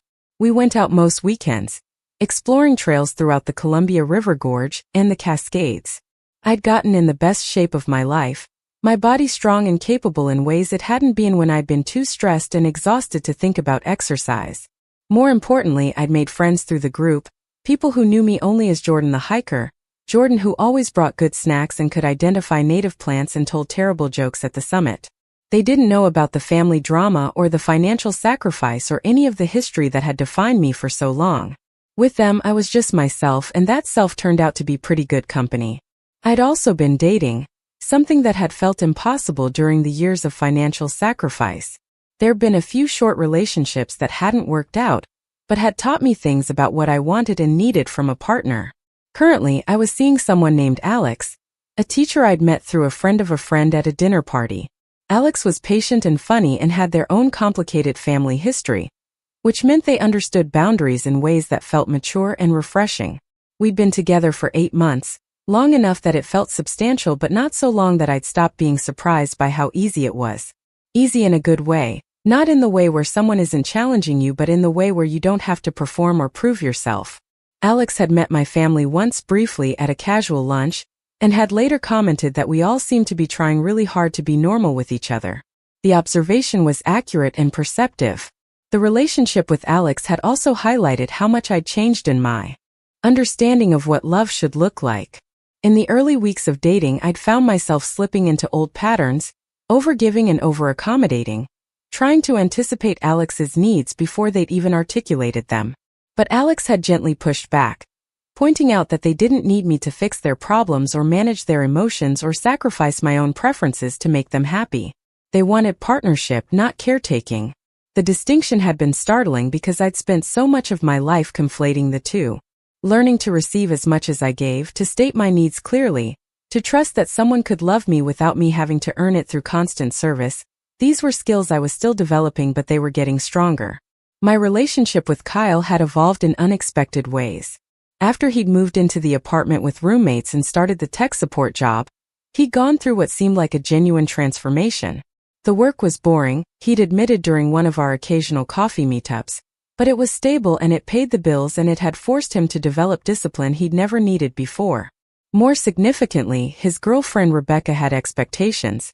She wasn't interested in supporting someone with big dreams and no follow-through. She wanted a partner who showed up, who contributed, who did the unglamorous work of building a real life. Kyle had risen to meet those expectations in ways he'd never risen to meet our parents' much lower bar. During one particularly memorable conversation about 6 months ago, Kyle had apologized to me directly for his role in the family dynamics. He'd said that he'd been willfully ignorant, choosing not to question where the money was coming from because knowing would have required him to change his behavior. He'd admitted that the group chat messages had been his way of justifying his own lack of contribution, projecting onto me the guilt he should have felt about himself. The apology had been uncomfortable and earnest, and I'd accepted it while also acknowledging that we'd both been trapped in roles our family had assigned us. He was the golden child who could do no wrong. I was the responsible one who needed no support. Both roles had been damaging in different ways. Kyle's engagement to Rebecca felt like evidence of his growth. She was a software engineer, practical and direct, with no patience for the kind of charm-based manipulation that had always worked for Kyle with our parents.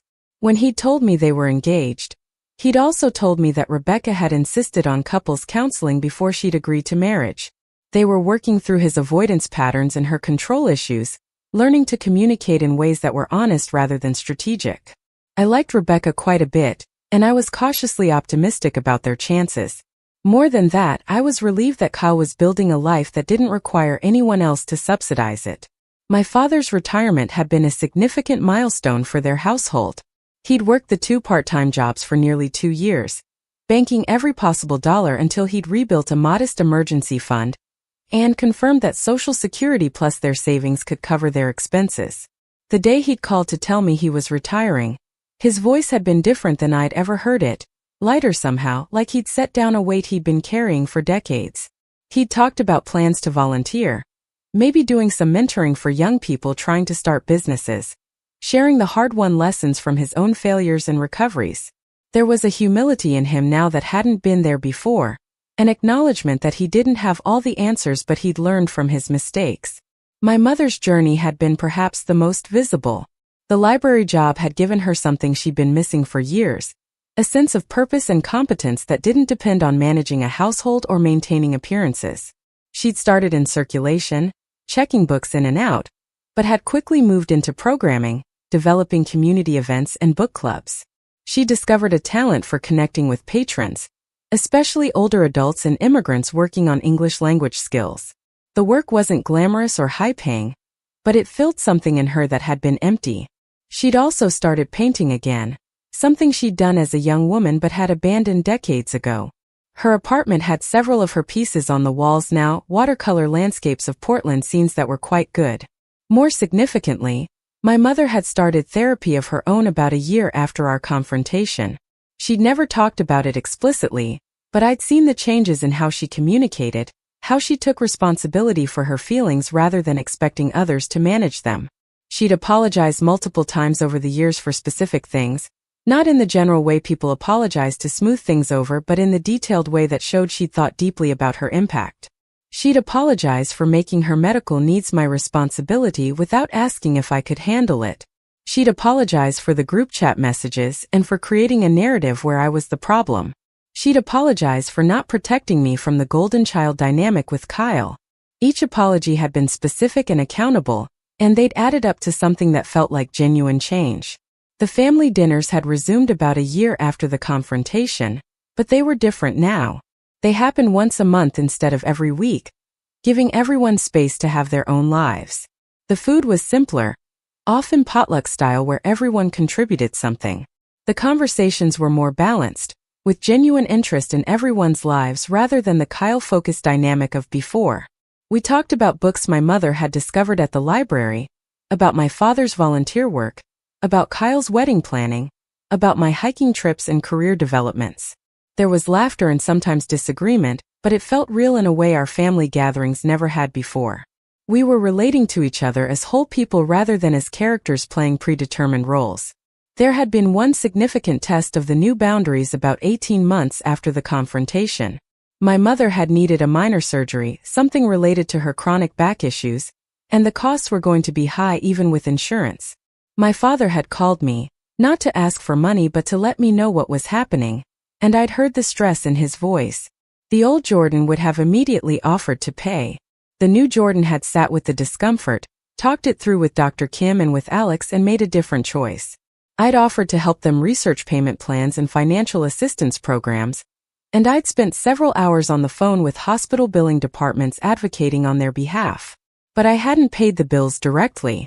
They'd ended up on a payment plan that stretched the costs over 2 years, and they'd managed it by cutting other expenses and my father taking some extra consulting work for a few months. It hadn't been easy for them, but they'd done it. And crucially, they hadn't resented me for not swooping in to fix it. That moment had been pivotal for me, proof that I could help without enabling, that I could show love through support rather than through money. It had also shown my parents that I meant what I'd said about boundaries, that this wasn't a temporary stance I'd eventually abandon. We were in a new paradigm and everyone had to adjust to it. The adjustment had been painful at times, but it had also been necessary. Our relationships were stronger now precisely because they were more honest, built on what we could authentically give rather than on obligation and resentment. As July approached and the gathering date neared, I found myself looking forward to it in a way I wouldn't have thought possible 3 years ago. Family events used to fill me with dread, knowing I'd spend the evening being ignored while everyone fawned over Kyle, eating food I'd indirectly paid for while being called a leech behind my back. Now I was genuinely curious about Kyle's engagement, happy to celebrate my parents' stability, and pleased that my own achievements were being acknowledged. I picked out a dessert recipe I'd been wanting to try, a lemon tart with fresh berries, and spent a Saturday afternoon making it with care.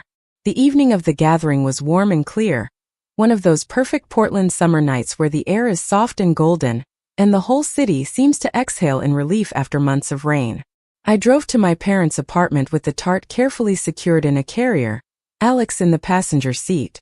We'd agreed that Alex would come for just the first hour, enough to show support but not so long that it would be overwhelming for anyone.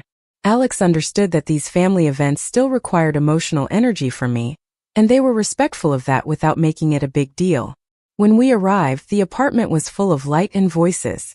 My parents had set up their small balcony with string lights and folding chairs, expanding their limited space to accommodate everyone. Kyle and Rebecca were already there. Rebecca showing my mother her engagement ring, while Kyle helped my father arrange plates and glasses. The scene was so normal, so warmly domestic, that I had to pause for a moment to absorb it. This was my family. Imperfect, still learning but trying. And I was part of it, not as the invisible support system but as an actual member with my own life and my own value. My mother saw me first and came over with a smile that seemed genuinely glad. She hugged me and greeted Alex warmly, thanking us both for coming. My father called out a hello from the kitchen, asking if I'd brought the dessert he'd heard about. Kyle and Rebecca came over to say hi, Rebecca giving me a quick hug, and whispering that she'd heard a lot about me, and was grateful for my advice when she'd been nervous about the engagement. The whole greeting process was easy and natural. No awkwardness or tension, just family saying hello. We spent the first hour eating and talking on the balcony, the conversation flowing easily between topics. Rebecca told the story of Kyle's proposal, which had involved a hiking trail and a completely unprepared Kyle who'd apparently picked the steepest trail in the gorge without considering that it's hard to give a romantic speech when you're gasping for air. We all laughed, including Kyle, who seemed able to laugh at himself in ways he couldn't have before. My mother talked about a poetry workshop she was planning at the library, excited about bringing in local writers. My father showed us photos from his volunteer work, mentoring a young woman who was starting a catering business, and reminding him why he'd loved his work before everything fell apart. When Alex left after an hour as we'd planned, my mother walked them to the door and I overheard her saying something about how good it was to see me happy, how she could tell Alex was special. The comment caught me off guard because it was perceptive and kind, focused on my well-being, rather than on extracting information or passing judgment. When my mother came back to the balcony, she squeezed my shoulder as she passed, a small gesture of affection that felt earned rather than assumed. After we'd finished eating, my father asked if he could say something to the group. He stood up, looking slightly nervous, and pulled out a piece of paper from his pocket. He said he'd written some things down because he wanted to get them right. Then he began what was essentially a speech, thanking everyone for coming and acknowledging what he called the family's season of growth. He talked about how close they'd come to losing everything financially and relationally.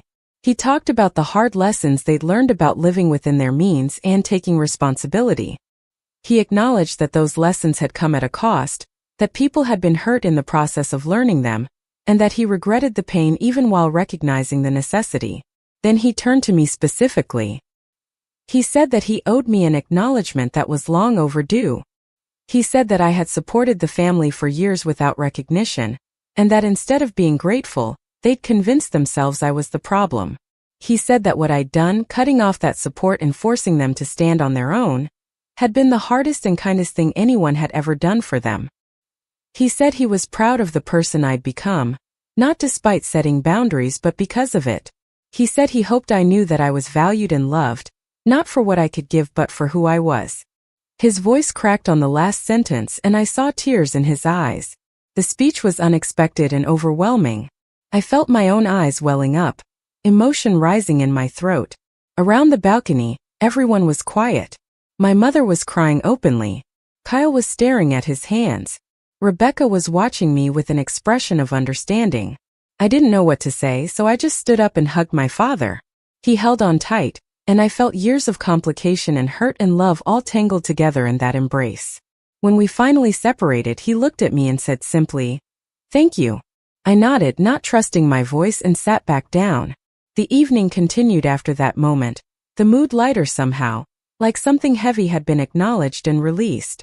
We cut into the lemon tart, which turned out perfectly, the crust crisp and the filling bright and tangy. My mother made coffee and we sat around talking about nothing important, just the comfortable conversation of people who know each other well and don't need to prove anything. Kyle and Rebecca told us about their wedding plans, a small ceremony in a garden with just immediate family and close friends. They asked if I'd be willing to do a reading during the ceremony, and I said yes without hesitation. My mother showed me photos of her latest paintings. My father told a funny story about one of his mentor who tried to start a business without a business plan and had to be talked through basic accounting. As the evening wound down and the sky darkened to deep blue, I found myself sitting next to my mother while the others were inside getting more coffee. She asked me how I was really doing, not in the perfunctory way but with genuine curiosity. I told her about my life, about the promotion and the hiking and the relationship with Alex. I told her about therapy and what I'd learned about boundaries and self-worth. She listened without interrupting, and when I finished, she said something I didn't expect. She said that watching me build a life that was genuinely mine had taught her things about herself, about how much she'd been living for others' approval rather than for her own sense of purpose. She said that my courage to walk away had given her courage to examine her own patterns and make changes. We sat there in comfortable silence for a moment, and then I asked her something I'd been wondering. I asked if she ever resented me for cutting them off, if there were times when she was angry about the financial struggles that followed. She considered the question carefully before answering. She said there had been anger at first, and fear, and a sense of betrayal. But underneath those feelings had been something else, a recognition that they'd been living unsustainably, and that I'd been enabling that unsustainability out of my own fear of disappointing them. She said that the resentment had faded as she'd watched my father go back to work, watched Kyle become an actual adult, watched herself discover capabilities she'd forgotten she had. She said that the struggles had been hard but they'd also been necessary, and she wouldn't undo them even if she could. Her answer was honest in a way my mother's answers rarely were, and I appreciated it deeply. I told her that I'd been afraid of losing the family entirely, that setting boundaries had felt like choosing between being true to myself and being connected to the people I loved. She nodded and said that maybe that was a false choice, that real connection required truth even when truth was uncomfortable. She said that our family now felt more solid to her than it had when everything seemed fine on the surface, because now the foundation was honest. We were building on reality rather than on the fantasy that we could maintain an unsustainable lifestyle indefinitely. When I finally left that night, driving home through quiet Portland streets with a container of leftovers my mother had insisted I take, I felt something I hadn't felt about my family in years. I felt peaceful. Not ecstatic or vindicated or triumphant, just quietly, deeply peaceful. The evening had been proof that the hard work had mattered, that the boundaries I'd set had created space for something healthier to grow. My family would never be perfect, and neither would I. We'd probably still have conflicts and misunderstandings and moments where old patterns tried to reassert themselves. But we were learning, all of us, how to be whole people in relationship with each other rather than playing roles in a dysfunctional system. Over the following months, life continued to unfold in ways that felt increasingly stable and good. Alex and I moved in together, a decision that felt significant but not scary, natural progression rather than forced milestone. The combined finances meant I could finally start seriously building wealth rather than just recovering from years of depletion. I increased my retirement contributions even further and started investing in index funds, thinking about long-term security in ways I hadn't been able to when every spare dollar was spoken for. Work continued to go well, with increasing responsibility and respect from colleagues and clients. The hiking group planned a backpacking trip through the Three Sisters Wilderness, and I spent weeks preparing gear and training, excited about pushing my limits in new ways. Kyle and Rebecca got married in September in a ceremony that was small and sweet and remarkably drama-free. Kyle asked me to say a few words during the reception, and I talked about growth and second chances and the courage it takes to become someone new. I meant it for Kyle, but I also meant it for myself, for all of us who'd been stuck in old patterns and found ways to break free. Rebecca's family was there, warm and functional in ways that made me see what Kyle had been missing, what we'd all been missing.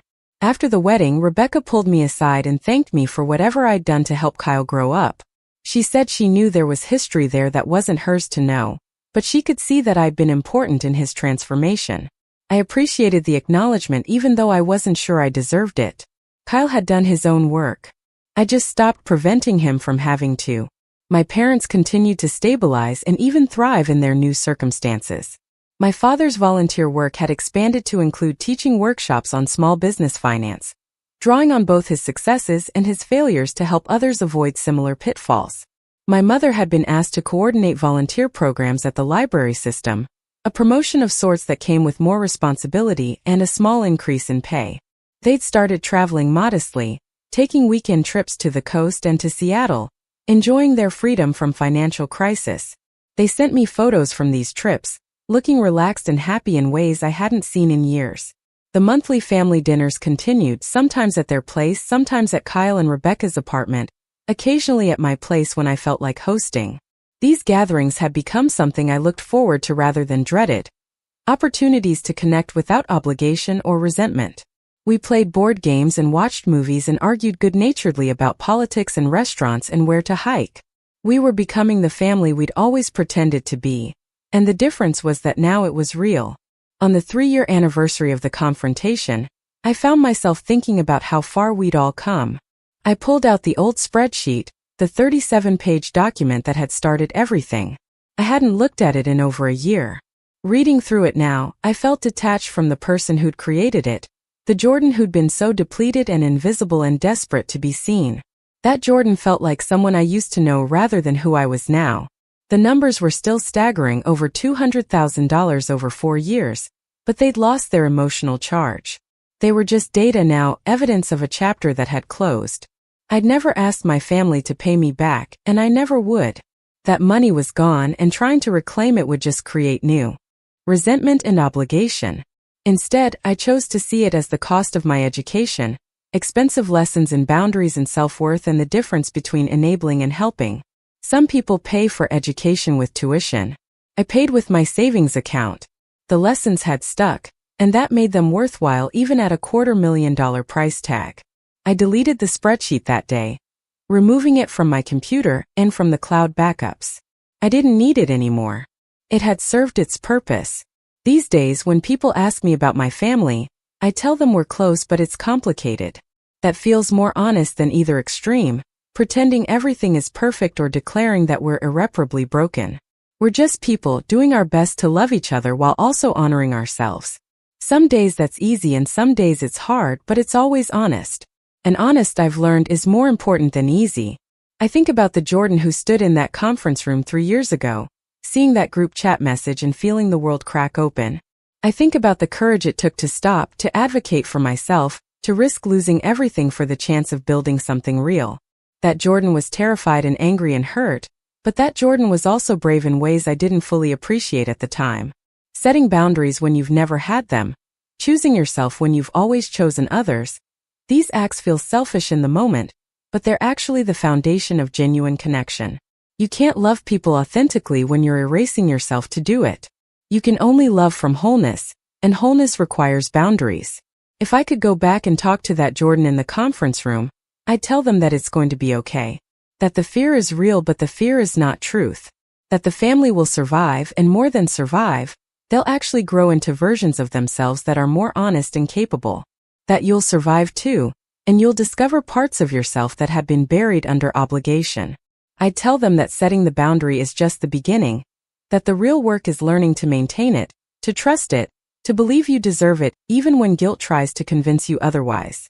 I'd tell them that 3 years later, you'll be sitting in a condo you own, with a partner you love, with a family you actually enjoy spending time with, and you'll feel peaceful in ways you never thought possible. But I can't go back, so instead I try to pay forward what I learned. When colleagues talk about family obligations that sound suspiciously like the patterns I escaped, I share my story carefully. When friends express guilt about setting boundaries with demanding relatives, I remind them that love doesn't require self-destruction. When I mentor junior analysts at work, I talk about the importance of building sustainable systems, in finance and in life. The lessons from those 4 years of sacrifice and the 3 years of recovery have made me better at my job, better at my relationships, better at being human. The Blake family is still a work in progress. We probably always will be. But we're honest now and we're trying, and that's enough. My parents are building a retirement that's actually sustainable. Kyla's building a marriage on realistic foundations. I'm building a life that's genuinely mine. We're not the family we were, and we're not the family we pretended to be. We're the family we're becoming, and that's enough too. Sometimes on clear evenings I stand on my balcony and look out at Mt. Hood in the distance, that permanent presence on Portland's eastern horizon. The mountain looks different depending on light and season and weather, but it's always there, solid and real. That's how I think about my transformation now. The person I was is still part of who I am, but I'm not defined by that anymore. I'm defined by the choices I continue to make, the boundaries I continue to maintain, the life I continue to build. And when guilt tries to tell me I should have done more, should have given more, should have been less selfish, I remind myself of what I know now. That the most selfish thing I ever did was sacrifice myself for people who couldn't see me. The most generous thing I ever did was stop. Up next, you've got 2 more standout stories right on your screen. If this one hit the mark, you won't want to pass these up. Just click and check them out.